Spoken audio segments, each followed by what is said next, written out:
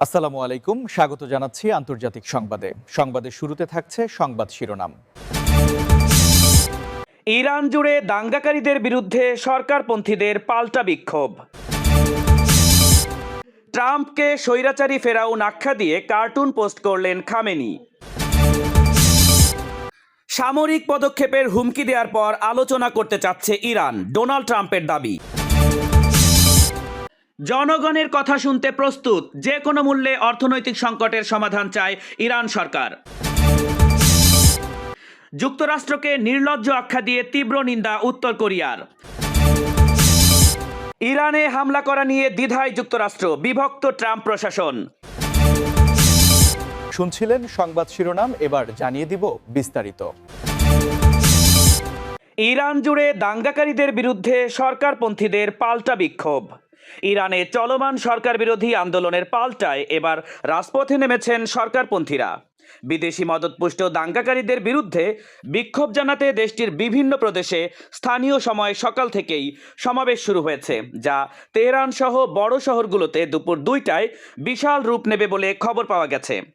গত 28 ডিসেম্বর মুদ্রাস্ফীতির প্রতিবাদে শুরু হওয়া বিক্ষোভকে যুক্তরাষ্ট্র এবং ইসরায়েল উস্কানি দিয়ে সহিংস রূপ দিয়েছে বলে অভিযোগ করেছে ইরানের সরকার। কর্তৃপক্ষ জানিয়েছে, জীবনযাত্রার ব্যয় বৃদ্ধির প্রতিবাদ যৌক্তিক এবং অর্থনৈতিক সংকট সমাধানে তারা প্রতিশ্রুতিবদ্ধ। তবে বর্তমান অস্থিরতার পেছনে বিদেশি শক্তির হাত রয়েছে বলে মনে করছেন তারা। ইরানের দাবি, মার্কিন নিষেধাজ্ঞার কারণেই দেশটির মুদ্রার মান কমেছে এবং অর্থনৈতিক সংকট তৈরি হয়েছে। এই উত্তপ্ত পরিস্থিতিতে সরকারপন্থীদের এই শোডাউন দেশের অভ্যন্তরীণ বিভাজনকে আরও স্পষ্ট করে তুলেছে। ট্রাম্পকে স্বৈরাচারী ফেরাউন আখ্যা দিয়ে কার্টুন পোস্ট করলেন খামেনি। ইরানে চলমান সরকার বিরোধী বিক্ষোভকে কেন্দ্র করে তেহরান এবং ওয়াশিংটনের মধ্যে উত্তেজনা চরমে অবস্থান করছে এবং এই পরিস্থিতির মধ্যেই মার্কিন প্রেসিডেন্ট ডোনাল্ড ট্রাম্পকে লক্ষ্য করে একটি অবমাননাকর কার্টুন পোস্ট করেছেন ইরানের সর্বোচ্চ ধর্মীয় নেতা আয়াতুল্লাহ আলী খামেনি। সামাজিক যোগাযোগ মাধ্যম এক্সে পোস্ট করা ওই কার্টুনে ট্রাম্পকে প্রাচীন মিশরের ভঙ্গুর মূর্তির সঙ্গে তুলনা করে খামেনি হুঁশিয়ারি দিয়ে বলেছেন যে ফেরাউন এবং নমরুদের মতোই ট্রাম্পের পতন এখন সময়ের ব্যাপার মাত্র।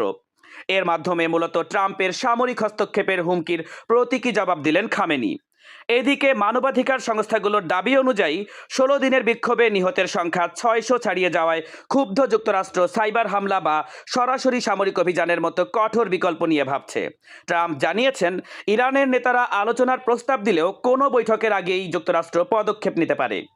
অন্যদিকে তেহরান স্পষ্ট করে দিয়েছে যে কোনো হামলা হলে তারা পাল্টা আঘাত হানবে, যার ফলে মধ্যপ্রাচ্যের ভূরাজনীতিতে এক বড় ধরনের সংঘাতের ইঙ্গিত পাওয়া যাচ্ছে। সামরিক পদক্ষেপের হুমকি দেওয়ার পর আলোচনা করতে চাচ্ছে ইরান, ডোনাল্ড ট্রাম্পের দাবি। মার্কিন প্রেসিডেন্ট ডোনাল্ড ট্রাম্প দাবি করেছেন যে ইরানে সামরিক পদক্ষেপের হুমকি দেওয়ার পর দেশটির নেতৃত্ব আলোচনার প্রস্তাব দিয়েছে এবং একটি বৈঠকেরও আয়োজন করা হচ্ছে। তবে ডোনাল্ড ট্রাম্প সতর্ক করে বলেছেন যে কোনো বৈঠকের আগেই যুক্তরাষ্ট্রকে পদক্ষেপ নিতে হতে পারে, কারণ ইরানে এমন সব মানুষকে হত্যা করা হচ্ছে যাদের মারা উচিত নয়।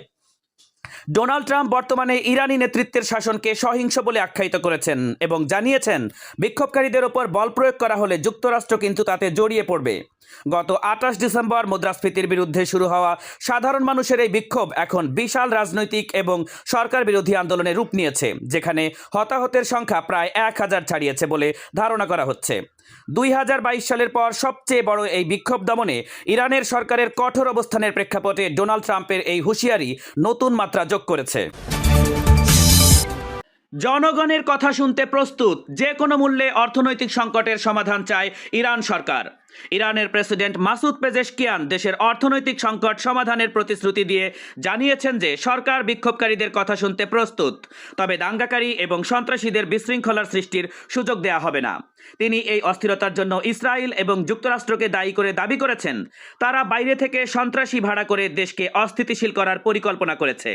রিয়ালের দরপতনের প্রতিবাদে শুরু হওয়া এই বিক্ষোভ এখন বিশাল সরকার বিরোধী আন্দোলনে রূপ নিয়েছে, যা 2022 সালের মাসা আমিনির মৃত্যুর পর দেশটিতে হওয়া সবচেয়ে বড় আন্দোলন। অন্যদিকে মার্কিন প্রেসিডেন্ট ডোনাল্ড ট্রাম্প ইরানে সামরিক হস্তক্ষেপ সহ অত্যন্ত কঠোর পদক্ষেপের হুমকি দিয়েছেন এবং জানিয়েছেন যে সেনাবাহিনী পরিস্থিতি পর্যবেক্ষণ করছে।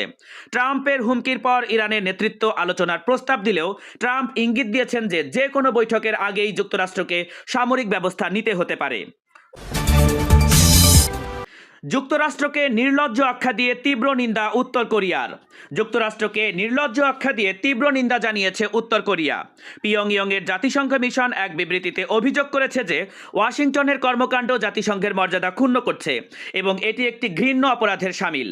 উত্তর কোরিয়ার মতে জাতিসংঘের আলোচনার প্রধান বিষয় হওয়া উচিত যুক্তরাষ্ট্রের বিতর্কিত কার্যকলাপগুলো, শুধু অন্য দেশের ওপর নিষেধাজ্ঞা আরোপ নয়।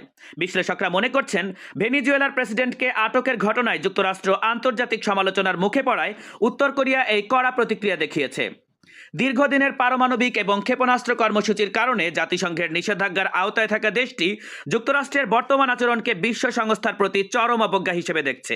এই বিবৃতির মাধ্যমে উত্তর কোরিয়া মূলত বৈশ্বিক রাজনীতিতে যুক্তরাষ্ট্রের একচ্ছত্র আধিপত্যের বিরুদ্ধে নিজেদের অবস্থান আরও স্পষ্ট করল।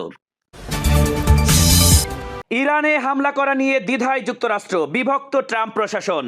ইরানে চলমান সরকার বিরোধী বিক্ষোভে নিহতের সংখ্যা 6 শতাধিক ছাড়িয়েছে এবং 10,000-এরও বেশি মানুষকে গ্রেপ্তার করা হয়েছে।